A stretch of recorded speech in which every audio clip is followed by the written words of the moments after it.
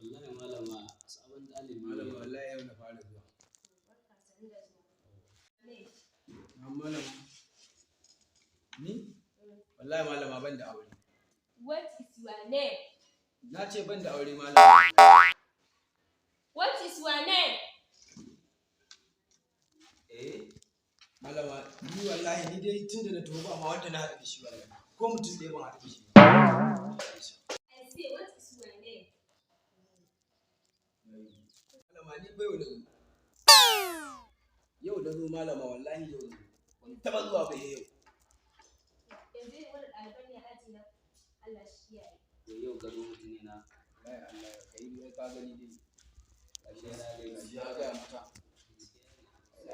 Idan na zo kowa sai ba ni. to malama. Sai an ji.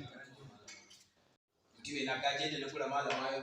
Kana ji tana ci tambaya. Wallahi na ji ka tuna ta sai za ta ce ma. Ai ka ji tambayar ce mun ne ba ta amsa. Ita da kanta da ta tambaye. Baka ji ba? Wannan turancin nan da kai koya shi ne haka. Ai na ga shi ma ya ba sa'a ba ta ci ba. Sa'a ba ci.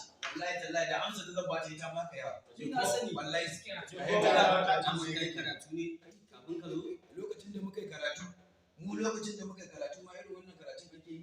Mu da yadda a rubuta ma wannan lambobin alwakasha. Ce ko ka ba bare nuna muku turanci. La ilaha illallah. Shi wannan koran ne teacher na da ban ni ma just con ne sati na biyu zuwa to ka bari sai kai zaka koya min kalmomin turancin nan da menene ma to ka bari ya gobe malama ta. kowa koya